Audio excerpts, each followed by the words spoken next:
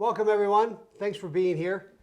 Today, I was able to bring in associate, colleague, really good friend of mine. This is Mike Snow, who is a managing broker with Pearson Smith Realty. Someone who I've now been able to, in my time as a realtor, get to spend a lot of time with.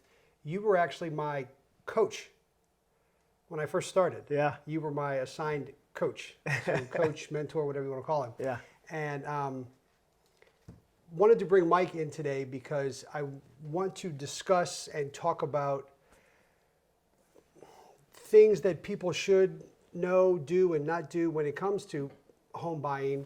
I think talking about contingencies is a really big deal. Yeah. I think it's a hot topic, and I think it's something that some buyers, specifically who don't really know what to look for, don't even know what questions to ask. Yeah. So anyway, Yeah. this is Mike. So Hey, and thank you for having me. no, thank you for being here. He's widely known in the office as the nicest guy in the brokerage, and he does that every time you say it because it's true. This is the nicest, sweetest guy, and he's so much fun to hang out with and be around. And what I find cool is you're a foodie. Oh, big time. Big time. We go out to eat, and we usually go to the same spot. And now we've gotten to the point where we order the same thing. But what I thought was fun about it is you'll ask me, like I remember you asking me, okay, what should I get? And I was like, oh, you got to get the burger. Yes. And he wanted to know why. So I tell the whole story behind the burger. Yeah. And that's what he fell in love with was the story. Oh. So And I've repeated that story now maybe a dozen times. it's Seriously. and that was my favorite part. And so coming up with something to make you, because I've got to cook something. I was originally going to make Mike wings because I know Mike really likes big wings. wing guy. But I wasn't going to do the traditional buffalo wing or nothing easy. I was going to, air fry and lightly bread and then I wanted to make you a honey lime chili sauce and do all this stuff. But then I was like, there's not enough. Yeah. It's not enough for Mike because there's not enough of a story. So instead, what we're eating today, we're eating rib sandwiches. Wow. This is gourmet McRib. I was going to say, think of the McRib, right? And gourmet style. I wanted to do it because I wanted to do something fun and different, and there's actually a story behind it. And obviously, everyone knows what a McRib is, and they are huge. They were huge. Cheers. Cheers. I thought it was because I've got 4 kids and we eat at McDonald's probably 3 nights a week. So you can't knock a good McDonald's sandwich. Oh my gosh, look at that. Well, enjoy it. Please enjoy it. Oh.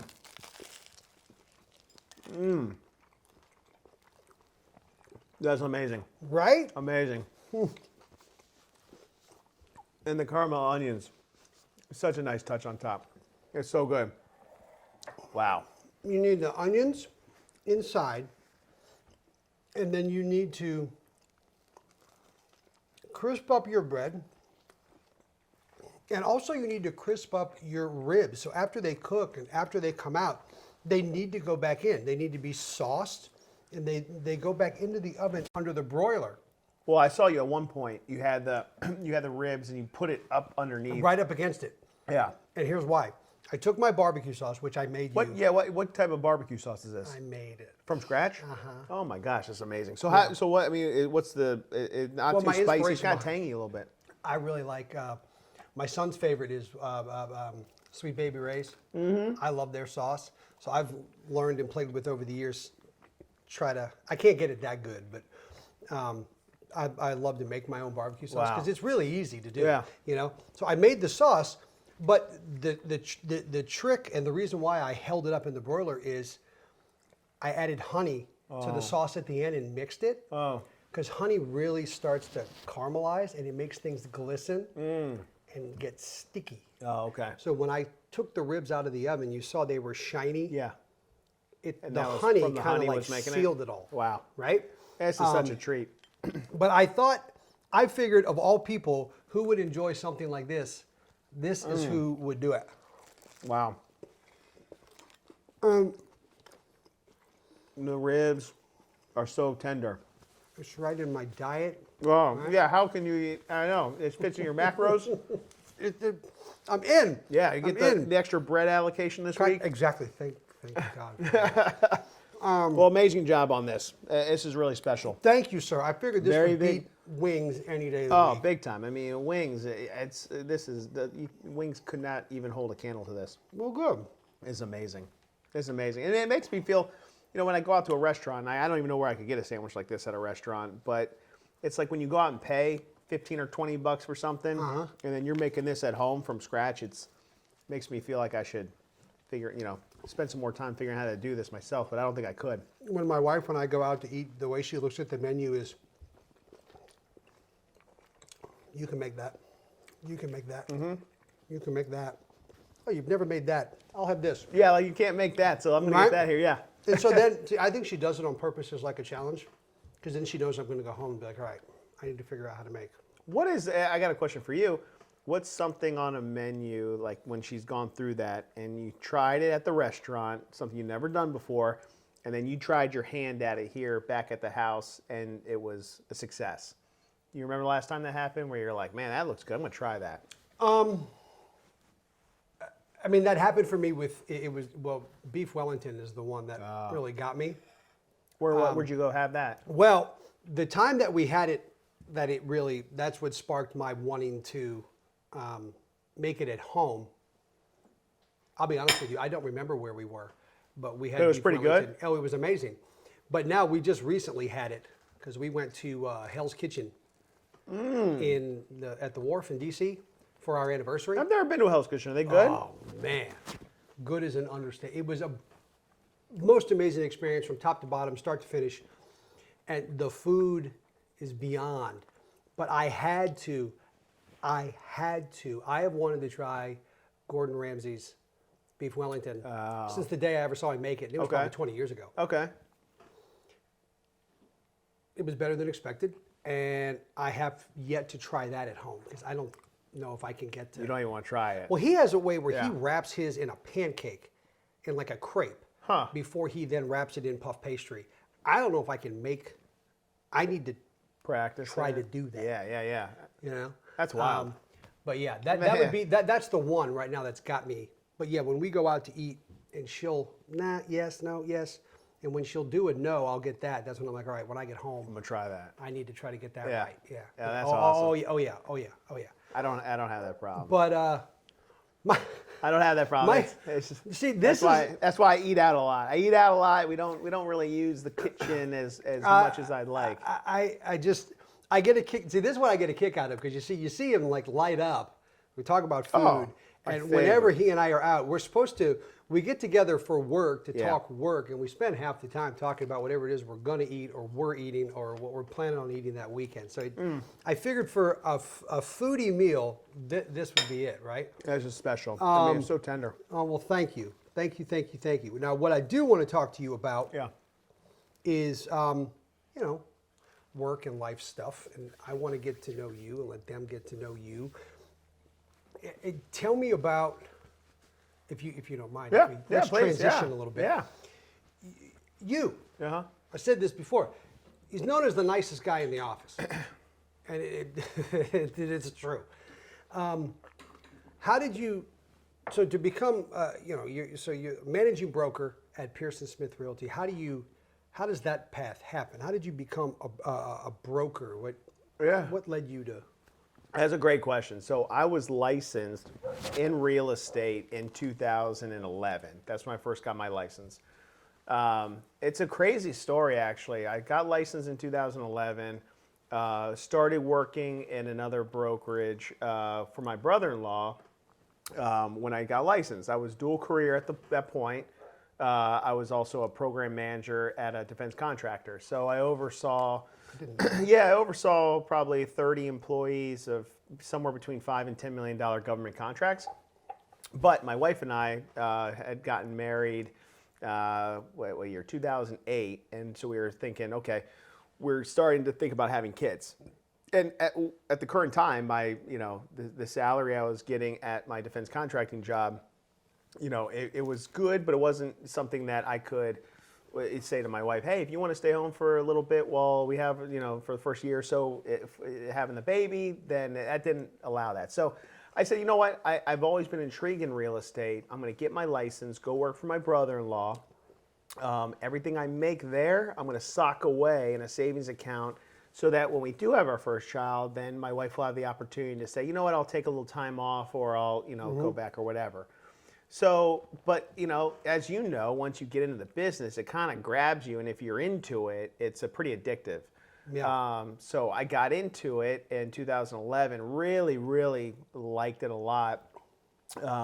And it's just one of those things where I became very passionate about selling real estate. And then the funny part about the whole thing was my very first day on the job, literally, like this is me and you here. At orientation, Eric Pearson, our owner, also had orientation at that same brokerage. Oh, really? Yeah. So I didn't know that. Yeah. So Eric and I basically, just to go even further back, I was a sophomore in high school when Eric was a freshman, and we both played basketball, and we both were at Broad Run High School. So Eric was very good at basketball. Yeah. I was okay at basketball. I was okay enough to be on the team. Eric was very good. So you hear that pitch, right? Yeah. So so we're playing JV, right? So we're on junior varsity.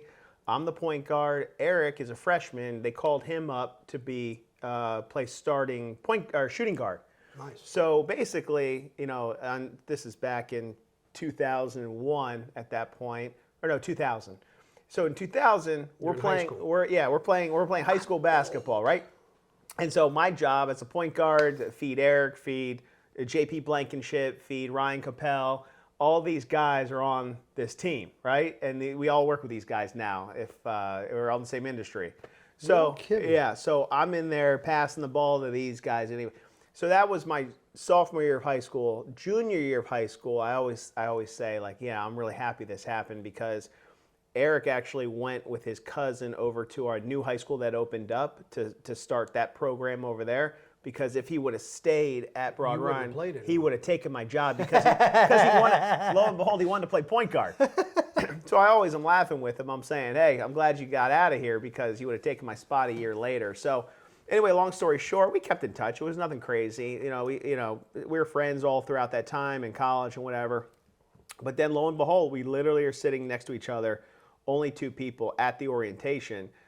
And I'm like, hey, how you been? Oh, how you been? You're catching up. For the next couple of years, we worked at that brokerage. And then lo and behold, down the line, it just came to be. He came to me back in 14 or 15 and said, hey, Mike, I know you're doing real estate. I know you got program management experience over here. I'm about to start a brokerage with my uncle. Do you want to be my first broker? And so I was always looking for a way to get into the business at a full-time perspective. Mm-hmm. So I went from being kind of a dual career, even though I was selling quite a bit of real estate in that time frame, and basically said, hey, leave the other job, come help me start this thing with my team as we start Pearson Smith, and we'll go from there. And that's how that started. And that was in 2014. The very end of 2014, and technically January 1, 2015 is when Pearson Smith was opened its doors. Okay. And that's when you became a broker. Yeah, so leading up to that time frame, became a broker in between that, the last quarter of 2014. Oh wow, so almost 10 years. Yeah, it's been almost that time, yeah. And so you're big. I mean, you answered the other question was, why'd you go with Pearson Smith? He answered that one. They kind of. Well, Eric grabbed you. Well, the cool part about Pearson Smith was, and I think the reason why a lot of agents enjoy being here is, Eric one was a top producing agent, and then he became a top producing team leader. Yeah. And so when he developed the brokerage model, he said, you know what? There's a lot of stuff at the bigger brands that are so big and corporate that I don't like as an agent, so I'm going to make what I want to make, and that's why it should appeal to more agents because it's more agent-centric. Yeah, I would agree with that. I mean, my favorite line at the beginning was, he said, you don't have to wear a tie to be taken seriously. Oh, my God. And I was like, yes, because I just threw all my ties out. Well, that's not really true. I have some. But well, Lloyd, that was a big behind the scenes on that one for our core values. It was hilarious because we sat in a room, we were in Sterling still, and the bottom floor of that building, and we sat around trying to strategize on what our core value should be back in 15 or 16. And Eric, the only one, we actually tried to get rid of that one, right? Is like, you don't have to be serious to wear a suit, or that what our core value. And we actually were like, you know what, we're gonna nix this one. He's like, I'm the president. This is the only one I want. It's staying. Right. And we're all like, enough said. We're not nixing it. I love it. And I think that's great that he stuck with that, because it spoke to me. Yeah. You know, from coming from the background that I was in restaurants and hospitality, how you looked. Yeah. Meant everything. I mean, you separate yourself out by how you look. You know, just as much by how you act, but your initial appearance to people spoke volumes. Yeah. You know, so I never washed and ironed my own shirts. Everything was dry cleaned, and you know, I mean, it had to be prim and perfect all the time. And even the shirt you're wearing now today, I'm looking at it like, this is a nice shirt. Thank you. I mean, it's like, I don't own a shirt like this in my closet. Well, it spoke to me, that whole idea, you know, of you don't have to be wearing a tie to be taken serious. Yeah, right. You know, and I remember when I went and met Eric to discuss signing up and partnering with this brokerage. Yeah. I wasn't wearing a tie, but I was in a dress shirt and slacks. Yeah. Eric was in warm-ups. Yeah. And I remember going, I love this guy. I love this, you know, because he was on point. Yeah. You know, and everything he said made sense, and it resonated with me. So I understand. I mean, granted, you know, Eric came to you and said, hey, I'm going to do this. Do you want to go with me? Got it.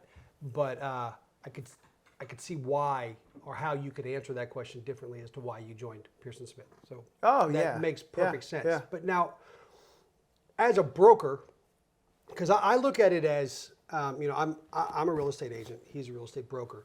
So yes, I have local area knowledge and expertise, and licensed and trained in everything real estate related. But as a broker, your knowledge far exceeds. I mean, there's considerable more time and hours spent studying and learning.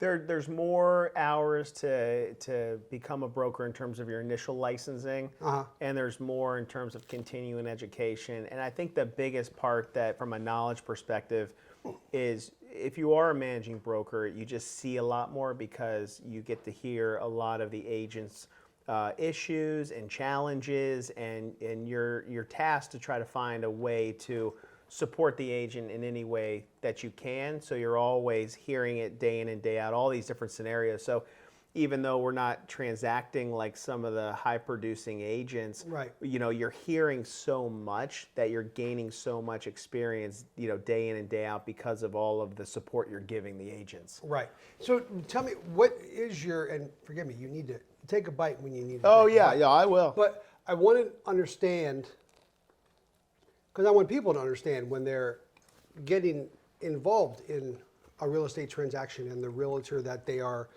working with and the brokerage that realtor is signed with, your day-to-day, what's a broker's life like, what you are primarily focused on? Yeah. I mean, there's a lot of training, right? So training, you always want to try to make sure that the agents that you have here feel like they are the most educated as possible. So Eric, myself, all the other brokers, we're always thinking, what is the training that's needed, or what is the training that needs to be recorded to go onto the website to support? And then also responsiveness. I think one of the coolest things that our company's ever done is put in the broker hotline. And it's something, I can't remember whose idea it was, maybe it was Scott or Janet's, but it was basically, for those who don't know, any agent in our office who has a problem or a question, there's a number to call, and it gets, once they they call up and put their question or their problem onto the ticket, it gets broadcast out to every broker. Right. So whatever broker is free will be able to pick up the ticket and respond.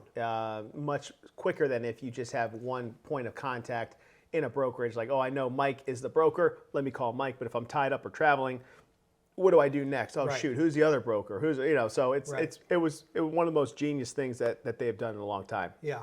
And you, as a managing broker, are you fielding those questions? Yeah. Oh yeah, absolutely. So it goes out to all of the brokers, and then specifically to different jurisdictions. So I'm a managing broker in Virginia. So if it's a DC or Maryland, that would go to the brokers that are licensed in those jurisdictions. So it's got to be where you're licensed in. And your brokerage, your broker license is separate from your realtor, your You know agent what? license? It's interesting for mine. So technically, I'm a broker, and I don't know why I've never gone back to DC, but I have licenses in DC, Maryland, Virginia. I'm brokers in Maryland and Virginia, but I only agent in DC. Oh, really? Yeah, I don't know. It's just one of those things where I should just kind of do the extra test and get Yeah. it. I just never had. And we've got, between Chris and James, it's just those guys just crush those markets. So I guess if it ever needed extra support, I could jump in and go get it, but it just never became a need. But from an agent standpoint, you could still represent somebody in Washington, D.C. Oh yeah, absolutely. You're licensed there. It's just from but if someone had a question at a brokerage level, like Mike, can you help me on this? And get broker advice. That would be something I would not be able to do in DC. Right. And also broker approval on things, because we, Like as sign. agents, we Oh need to sure, get yeah, signing. documents signed and contracts Yeah, no, I's yeah. dotted and T's crossed. All of that, and that's the other thing about Pearson Smith. And when you go back to your question on like when a client is looking at an agent, if I'm working with Lloyd, so Lloyd runs a business. You are the focal point, but the nice part is the brokerage does matter to an extent of extra support. So if Lloyd ever has a problem with something or needs extra support, that's one of the things that I think our company provides a lot of value in. It's like it takes no time at all to get help with an answer, or if you're having an issue with the other side of the like say whoever the other brokerage is you're working with in the transaction, getting sort of broker to broker support to try to work through a problem. Yeah. Those are all things that I think are valuable when working with a broker, just deciding what brokerage to be at. Yeah. Do you think you spend more time these days on the broker side of things, supporting and mentoring agents in your role? In my role has morphed a little bit. So my role, because you're all over the place. Yeah, as you know, like a while back, we did have a coaching program, right? Yeah. So when that one sunsetted out, my main role now is, and for those of, it's a little bit different in terms of if anyone knows about Zillow. So Zillow is a big part of our business in the sense that we have leads coming to our brokerage. And so I help oversee now several different Zillow programs per se, with leads coming in and folks who are helping us to work those leads. Right. So that's the lion's share of what I do now, is just supporting all the agents that are receiving those leads on any aspect from technology through the actual transaction. And it's a huge help. Yeah, and I enjoy it. Lloyd being one of them. It's one of those things where, and as people, they understand our business more. Mm-hmm. So our business and every agent that's out there should have 2 or 3 different spokes to a business. A lot of people have networks that they have. Some people also purchase online leads. Some people want to go and farm a neighborhood. There's many different ways to run a business in real estate, but you want to be able to make sure you have 2 or 3 that are like really outlined well and go execute those plans. And I'm lucky enough to be able to help in one pillar of a lot of people's businesses at the company, which I think is cool. No, I agree. One, because of the ease of communication when it comes to talking with you or reaching out, or to any of the brokers, with the broker hotline, but the ease at which the information flows, level of knowledge, expertise, whatever you want to call it, I think plays a big role in how you do what you're doing and the support that you're giving. Because I know how many times I've leaned on you with questions, and it doesn't take you a second to be like, okay, well, do this, or think about this, or what about this, or call back and ask this. Yeah. It makes mastering those pillars, like you're talking about, that much easier. Yeah. And it also helps with trying to figure out which one of those pillars or two pillars to focus on. Right. Right. But what about, so from your standpoint, from a broker's standpoint, the way the market is, right now, and yeah, we can talk about the market as a whole, we can talk about the whole country, but the DMV, Maryland, Virginia district, I feel like we're different. The area is different in Virginia. And, do you see, from a broker standpoint, the market trend? I mean, is it faster moving here? It's more insulated in my mind. So I think, big picture across the country, Wall Street Journal, USA Today, the outlook is a lot more negative than it is here locally. So it's don't get me wrong, sales volumes are down, but also you have to take that with a grain of salt, because in previous years, with the interest rates as low as they were, those numbers were so much higher than normal. That was weird too. Right. So now we're in a spot where, yes, things are slowing down, but it's still moving, right? So even where interest rates are in that 7 to 8% range, it's still moving at a fast clip. Now the only problem is we just wish we had more to buy. Yeah. So there are buyers out there for these homes. It's just that there are no homes to buy, or there's less homes to buy than in the past. And it's what they call the golden handcuffs, right? The golden handcuffs is these 3 and 4% interest rates. And so these people who want to move, they look at their current rate and they're like, should I do this now? Or should I wait? And a lot of times people are choosing to wait now. The discretionary seller is gone away. Yeah. And so, we're going to get relief, and it's going to come hopefully sooner than later. But what we're seeing is, man, if that relief comes, it's going to be another bidding war, crazy time again. Yeah. So our recommendations have been, hey, if you see that house you like and you're a buyer, yes, your payment's going to be a little bit higher than what you were expecting, but go and get it, because you can always refi down the road.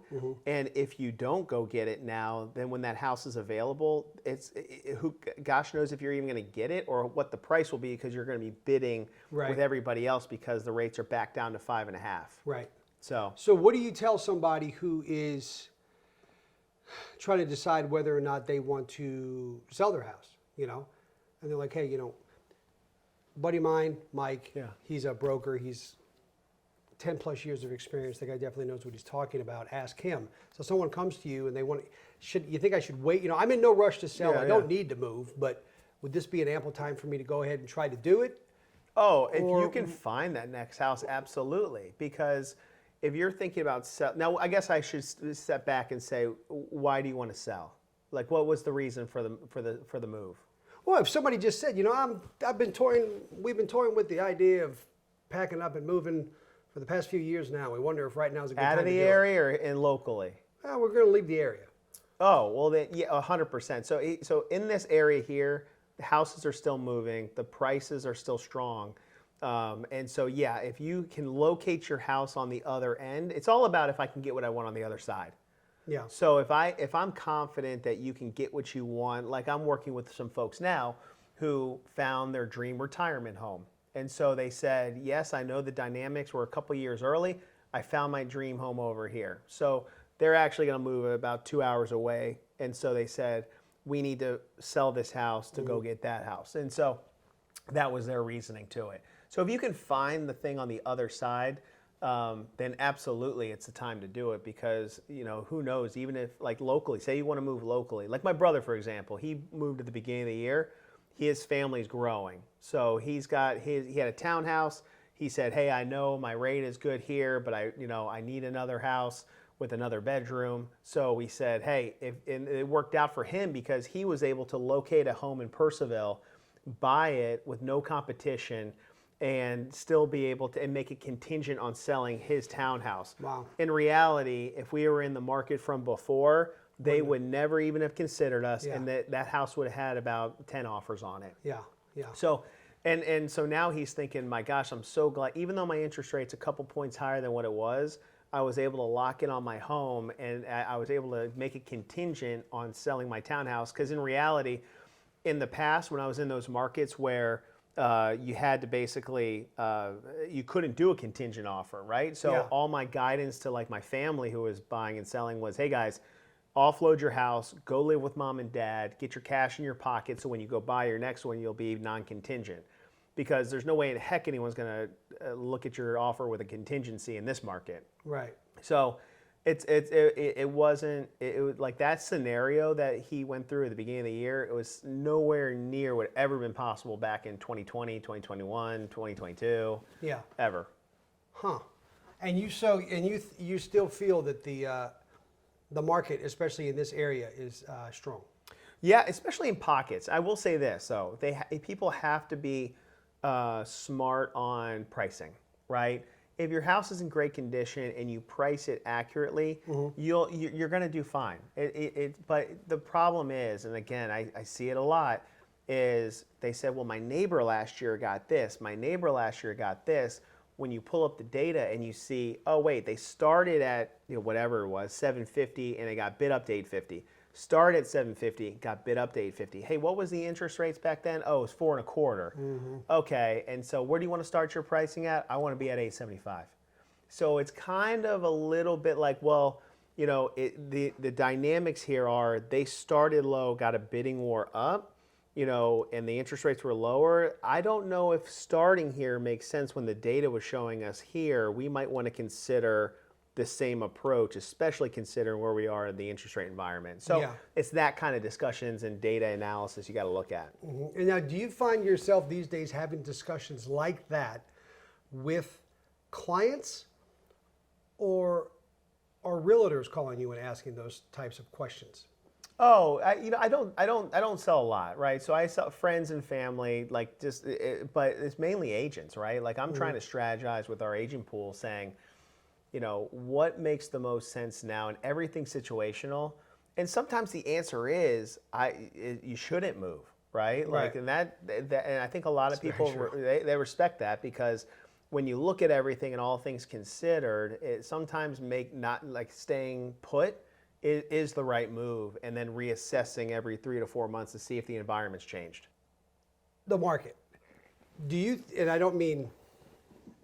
I mean, obviously, we're talking about market trends, but is it becoming, in your years of real estate and what you're seeing, because you have like I've said before, I can really only give my perspective and my experience and the clients that I've been with, but you're being in a broker's position, you see so much more globally.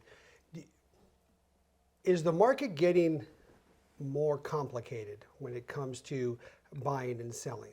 Do you ever hear somebody say, man, I bought my house 30 years ago and all we did was we signed 5,000 pieces of paper and then it was over. But I mean, now everything is electronic, everything is online.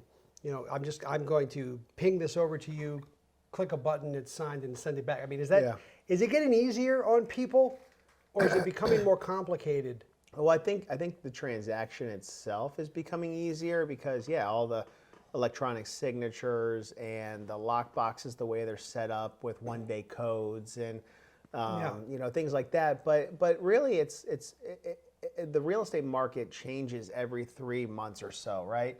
So let's just go back in the pandemic. I remember when you had a listing, the challenges were, hey, I need to figure out how to coordinate when it goes on the market, and then how much time I'm going to let people see the house, when my deadline's going to be set, and how I'm going to organize all my contracts to show my client in a nice way so they can pick the best contract, right? Right. That was the biggest problem on the listing side, right?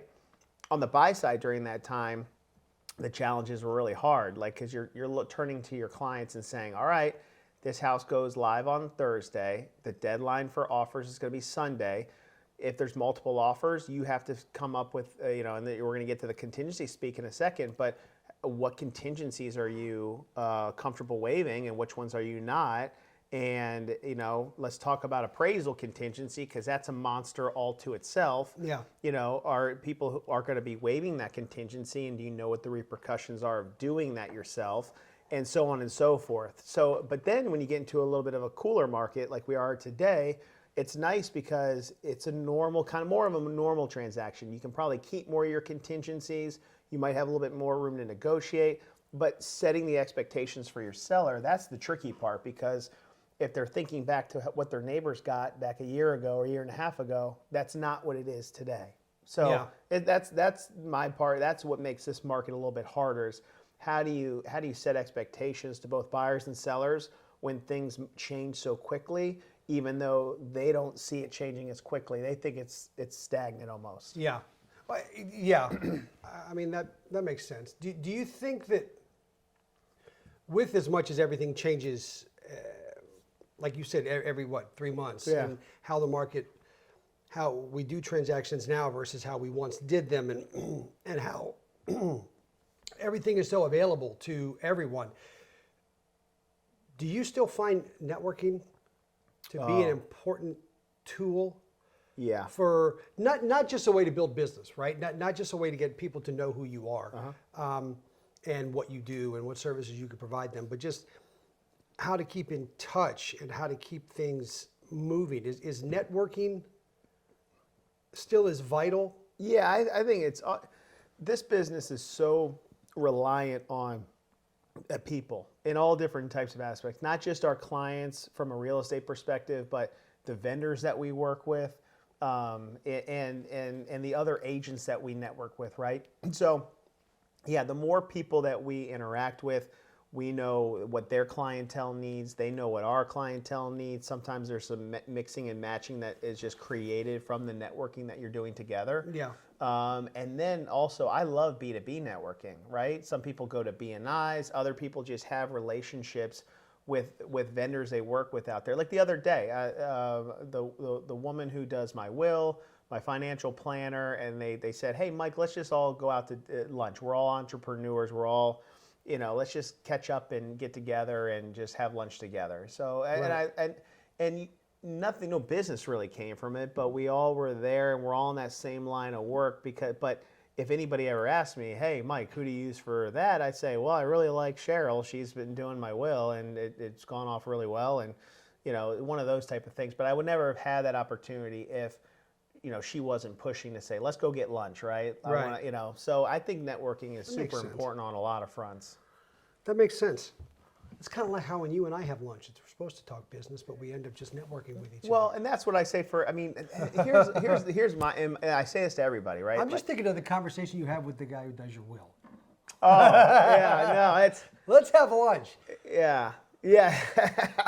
Yeah, no, it wasn't a lot of depth talk, but I will say that it's important to do those things because even from an agent to agent perspective, like you never know when something may come up, right? So the more places we put ourselves in, and the more people we meet, and the more people think of us, the higher chances that we could help each other. Yeah. That's why I say the hardest part about being a real estate agent is you want to meet as many people as you can, and you want to stay top of mind with those people so that when the time does come to buy or sell, they think of Lloyd, right?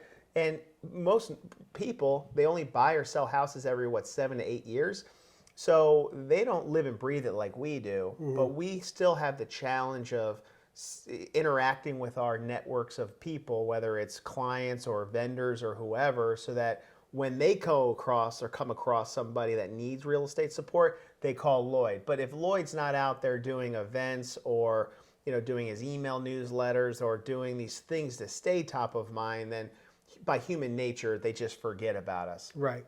I've had plenty of times where something's happened where someone goes off and works with somebody else, and they straight up had told me, they said, hey, I forgot you were a realtor. And I'm thinking to myself, well, it's okay because it's my fault because I haven't reached out to you in any which way in a year. Right. So why would they remember me? Right. So that makes sense. Yeah. That makes sense. I mean, on a lot of different levels, it totally makes sense. And you just said one thing. You never know what's going to come up. So you said that, and we've said the word contingency more than once. Yeah. And I told you I wanted to talk about contingencies. I think it is important for people to know what they are. I think it is important for people to know what is important when it comes to them. Yeah. And I can happily lecture someone on the do's and don'ts of the home buying process and what contingencies should and shouldn't have. My opinion, your expertise far exceeds my own. And I would love for people to hear a broker's viewpoint on okay, what a contingency is and why they're important, and we get into the specifics. When we're talking about contingencies in a home buying transaction, what are we talking about? And you just said let's start with let's start with this here. I even though I am a broker, you're just as well versed on contingencies than I am, right? So how nice he is. No, that's the truth. So and here's the part that I think people get surprised a lot by is we are a support aspect of the transaction, right? Sometimes people ask us, Mike, what would you do? Lloyd, what would you do? It's not what I would do, right? I'm going to lay out what these contingencies are. And a contingency is something that it makes the contract contingent upon. So if my home is contingent upon a home inspection, then this offer, I get a home inspection that's contingent on the offer. So if I do a home inspection and I don't like the results of it, there's a contingency in place that allows me to either negotiate or to void the contract. And there are several contingencies in a deal, right? Right.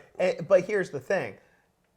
We are here to educate, and it's up to our clients to guide us and to tell us what they're comfortable with. Right. Because I'll tell you what, I'm one of the most conservative people in the world, and I am way more conservative than a lot of people I've worked with in the past, right? So and I'm sure there's people who put you in a position that they say, Lloyd, write it up this way, and you're saying to yourself, whoa, you're crazy. I don't know if I would go in and waive an appraisal when I'm going 100K over asking price, right? So the way I look at it is, okay, there's many contingencies in a contract, but the big ones are a financing contingency, an appraisal contingency, a home inspection contingency. You also have what's another one that's in there? There's a well and septic. Oh yeah, of course a well and septic contingency. That's a big one because it's such a pricey ticketed item, right? So the whole thing about it is, in a perfect world, if I'm representing a buyer, I want them all, right? If I'm representing a buyer, I want my financing contingency in there, because that means if for some reason my client loses a job or the underwriter didn't see everything the first time around, it's one of those things where they are protected to be able to get their deposit back if at the last minute that something pops up and they're not able to get financing for that contract. Right. So that's number one. The appraisal contingency, that's like my big one. So what I mean by that is, I always want to make sure if I'm buying a house for $500,000, I want to make sure that house is worth $500,000. Right. And so when you have an appraisal contingency in there, if I have a ratified contract for $500, it's got to appraise for $500. If it comes in at $490, that means that I now have an ability to ask the seller to lower the price to $490. Right. Or they may say, hey, you need to bring $5K out, I'll lower it $5K. Right. But the bank is only going to allow the loan to be $490, right? And so that was the scary part during the pandemic, where everyone was waiving everything, because a lot of times what people were doing was the house is being sold for $500.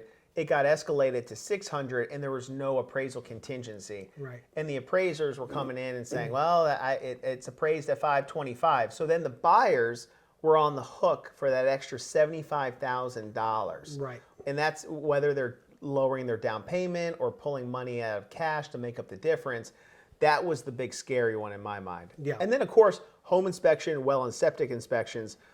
This is a gigantic purchase, so you want to make sure that you're getting a good inspection. And if there's any problems with any of the major systems, you want to be able to negotiate or at least be able to walk away if need be.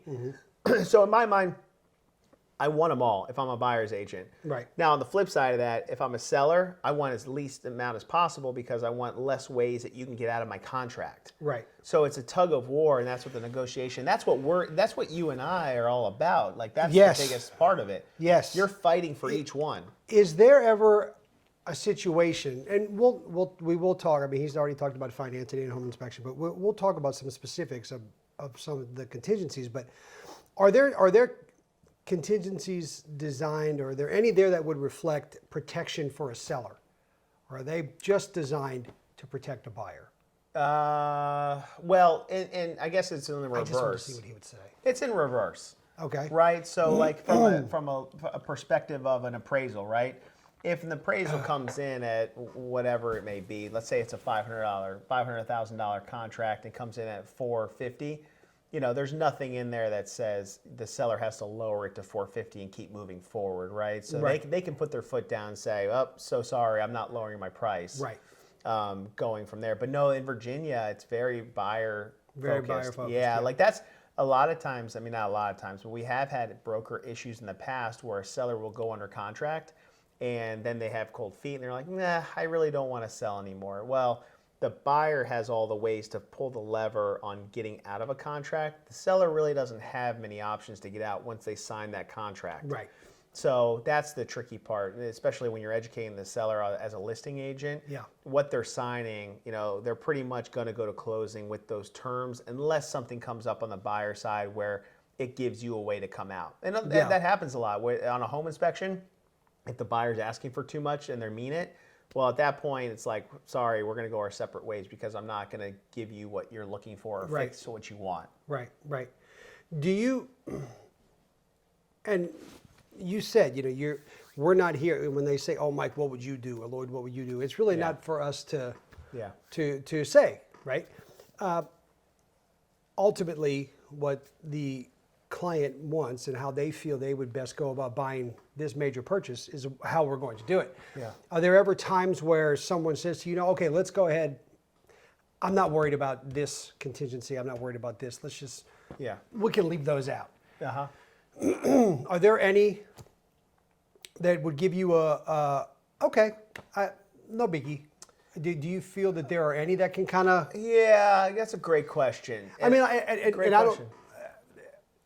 I've had situations where people have said to me, you know, I'm not worried about the financing. Don't worry Yeah. about it. Yeah. It's good. And okay, you know, that's.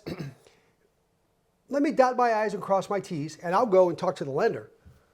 And the lender will say, you know, let's keep that there just because Yeah. to be protected, or advise them that they really should make sure. Or I've had lenders say, yeah, I would agree, no biggie. Yeah. And then I'll go ahead and unclick that button, you Yeah. know. Uh-huh. Do you think any outweigh the other as far as contingencies are concerned? Yeah, I think it's all situational because some people do. The financing one's a good one because some people do have amazing jobs, rock solid credit. The loan folks these days are really great and they can underwrite super fast and the underwriters see everything.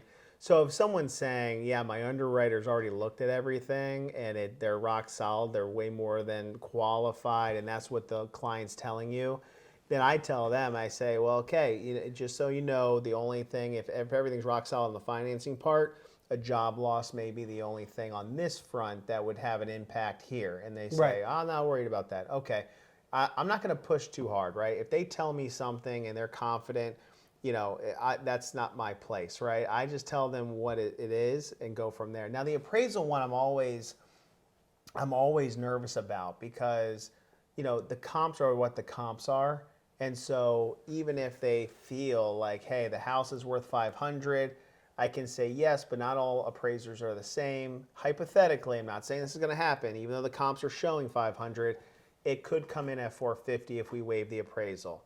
So are you prepared to lower your $200,000 down payment to 150 to make that gap up? You know, just that's how it works. And then, you know, your payment would be adjusted by X amount because you're putting down less. You know, I try to phrase in a way that they understand it because the appraisal one, surprisingly, we deal with it so often, we understand it, but very highly educated people, will ask several different times, like, what happens if it doesn't appraise? Where's the money coming from? And, Right. And you're reminded quickly that people don't do this every day. So that one's, and the last thing I ever want to do is someone is not educated to the point where they do something bad happens, and now they're like, wait, I didn't understand that. Yeah. Like we had an agent one time, the appraisal came in $100,000 light, and they waived the appraisal. Or maybe it was $150,000 light, and they waived the appraisal, and they didn't quite grasp. I mean, it wasn't our fault, and it was all documented on what they wanted to do. But the reality of it was they didn't think it was actually going to happen that way, and so now they basically had to go find money from a retirement account to make up that difference to make it work, because if not, we would have been in trouble. So I think a lot of people think everything's going to be okay until it's not. Right. So I think as long as we as the professionals educate them on what these are and what the repercussions are if something bad does happen, then now it's back to them to say, you tell us what you want to do. Yeah. Because I mean, I advise everybody the same. The contingency that I'm talking to you about, this is your protection in this area. And I do this a lot with people who are first-time buyers. If it's not in the contract, I don't have to worry about it. It's not true. Because this is a whole separate piece of paper. This home inspection contingency page is separate from your offer paperwork, right? Yeah. And so this is what's going to protect us if and when something arises here. Yeah. This is what's going to protect you if and when something arises here. Yeah. Myself personally, and again, like you said, it's not my place to say what I would or would not do, but I strongly recommend people, when we are looking at property that has private well and septic, you have no idea what's going on under the ground. No. Sometimes the people who own the property don't know how long whatever is in the ground has been in the ground. Yeah. That needs to be checked. Yeah. Appraisal is extremely important. Financing is obviously very important because we are protecting someone's deposit. But I put the septic inspection up there with everything else, because you really, for lack of a lot of terms, have no idea what's going on. Well, right? The problem is, here's the problem. That's why even more of a reason to buy now. If you find the home that you feel is the right home and it's not competitive, you can put that inspection in, no problem. Right. The problem I saw back in 2020 and 2021 was there were so many well and septic deals that were actually being done with 0 inspections. And the next year, all those surveys came out to say there's so much buyer's remorse because there was so much competition, they had no shot of getting that home if they thought they were going to get an inspection. Yeah. So if I'm representing a buyer, I want all the home inspections and well and septic as possible. But the hard part as a buyer's agent too is, like, we know there's 5 offers on here. If you want to go in and go for this house, the winning offer is not going to have an inspection, most likely. My recommendation would be to keep it, but that does reduce our chances way down. So it's one of those things where it's like you want to give them that guidance, but then at the same time, it's kind of like, man, they may not win if it's 5, 6, 7, 8, 9 offers. And then it comes to, some people, I'm not one of these people, but some money doesn't matter. Right? Right. So when they say, I don't care, if I need to replace a septic system, I'll replace a septic system, and I'll just go for it. And so, don't just give me the house. Right. So it's like, okay, that's amazing. I just want it. I don't care. Yeah. Yeah. I've been there. Yeah. So it's like, that's great. And it's like he just said, you may hear from your realtor at some point, okay, this is good. We are very well protected with this contingency and that contingency, and the way this is written, we do stand a chance of this weakening our offer. Yeah. It's not being rude. No. No. I'm not trying to tell you it's a mistake. Unfortunately, when you are competing against 4 or 5, 2 other people, it's a reality. And it all boils down to how much protection you want to have as the home buyer. Yeah. I recently did another interview with a colleague who is a home inspector. Yeah. And his mindset as a inspector from profession, but also just the way his mind works. Yeah. How could you buy, Yeah.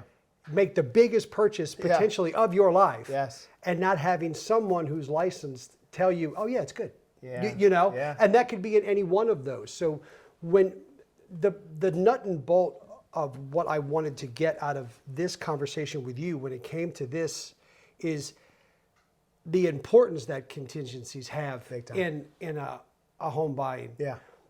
And basically what they were. It's your protection plan Yeah. for each category. And I want them. If I'm representing the buyer, I want them all. Yeah. Why wouldn't I want them all? Because there's fluke accidents, but fluke things happen all the time. People lose their job the day before settlement. Right. You go into a house and you don't realize until you get into the attic that all the structural things in the attic are displaced. It's going to cost you $75K to fix it. And you say, I'm out of here. I'm going to void the contract on the home inspection. I've been there where a septic system, it sounds where somebody went and did a septic thing and they said the whole septic had to be replaced, right?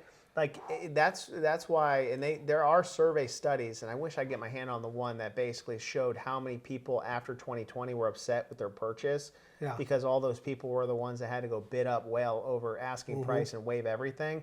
And then once they got into the house, they started living in it, and they started to see what the issues were. And it may have, if they had the right to an inspection, there's a good chance a lot of them wouldn't have gone forward with the home purchase knowing what they were walking into. Yeah. So it's so dynamic. But at the same time, that's why from a contingency standpoint, though, for a home inspection, there's two different options on that form alone, right? There's a right to negotiate and avoid only. Avoid only, yeah. So even there's some strategy there. If you say to yourself, hey, listen, this house was built just 3 years ago. I really still want to get checked out, but I'm not going to nickel and dime on repairs. Let me just go in in the next 3 days and do a void only inspection. And it's basically a take it or leave it on the home, but at least I get my eyes on it. Yeah. So that's always been something I strongly promote too, because if I know waiving a home inspection in full it is unsettling. I agree. I think waiving any and all contingency outright when it can be avoided needs to be avoided, because I think that protection is necessary. Yeah. It's naive to say it's also fair, but it is, because it is such a huge purchase. Yeah. Yeah. And there's a multitude of them. We don't even have enough time to go through all the contingencies you can get into. But I mean, the big ones, the financing, the appraisal, the well and septic, the home inspection. There's also home sale contingency, the one where I have to sell my house that I'm living in currently. And that's another one. This market right now, that's another one that's great. It's available now. Yeah. It wouldn't have happened 2 years ago. That's an amazing contingency. A backup offer, that's another contingency. There's quite a few. I mean, but those big core ones are the ones that we really want to keep intact if we're on the buy side, if we can help it. Yeah, I would agree. Absolutely. What about timeline? Do contingencies in an offer, can they negatively affect the closing, the transaction, the closing time frame, the period? Can they drag it out, I guess, is a way to say it? Yeah. Will contingencies change the amount of time? It could, and you want to look at it, if I'm a seller, I'm hoping those contingency timelines are as tight as possible. So they can get through all they need to do in the shortest amount of time possible, because you really don't want a contingency that's got a long timeline on it to where a buyer could potentially back out a week before settlement, right? You're hoping that it could be moved up closer into the starting point of the contract. Right. But the problem is sometimes, just like seasonality, you've got to look at the vendors and how busy the market is, because I've run up on things before where inspectors are jam-packed. Well and septic inspectors are a week out, further from booking than they typically are. When you did a water test, how quickly can the results of this test be brought back to us? If I go into a home inspection, I have a 7 to 10 day home inspection, and an inspector says, oh shoot, you really got to bring in a chimney specialist. I wouldn't Yeah. really. Then you got to budget in some That adds extra more buffer, time. right? So, yeah, I think it's one of those things where it could have an effect on it. You really want to be, as a listing agent, you want those shorter. As a buyer's agent, you just want to think through all the what ifs. Yeah. What if? cover 'em all. Yeah, I know my lender said they could get an appraisal back in 14 days, but maybe I'll make it 17 for an unknown. Maybe Yeah. they're busy. One Okay. of those type of things. So they can affect the. I think so to some extent. In a perfect world, I would say no, because if you could line up everything the way you wanted it to and it all runs smoothly, you're fine. The reality of it is there's enough stuff out there that, all of a sudden a day or two goes by here and there, and the people you really want to work with on a well and septic perspective are jam-packed that week, and they got to push you to the following week. Yeah. So you just got to think through that, just a little bit before you lock in. Okay, well, that answers that question, and it makes perfect sense. So I want to sum up real quick, because I know that we're getting out of time, but I want to make sure that we have prepped. The point of this was explaining what contingencies are and how they affect a transaction, or potentially affect a transaction. When your realtor is talking to you about contingencies and the contingencies that we're going to ask for in an offer, they're talking about as the buyer, your protection. Correct. Because when something is when the sale of this home is contingent upon a home inspection, a well and septic inspection, a financing contingency to protect the deposit, it depends on how it goes, is another way to say it. If it's contingent on a home inspection, then it depends on whether or not the home inspection comes back satisfactory. Sure, yeah. As to whether or not the deal goes through. So your contingencies are your depends on, or your protection as a buyer to protect you, your finances, and your future investment. That's what a contingency. Yeah. Is that a good way to define That's it? a great way to define it. And when working with a buyer's agent, if you can get those contingencies in your offer, it makes everyone a little bit more comfortable, right? It makes you, once you get under contract, and I've had people before tell me, I just don't know about this house. I really love it, but it's like, well, go under contract on it. You love it, and do your due diligence on the home inspection, and then you'll start to feel more comfortable as you go through, knowing that the house is a solid, But I can see why people sometimes back in the crazy times are like, I just don't feel comfortable waiving everything. It's like, yeah, I don't blame you, because once you buy the house and then, they do a home inspection after they own it and they see stuff that would have made them give them pause in the first place, that's, a little tough feeling to have. Yeah. It makes sense. It really does. I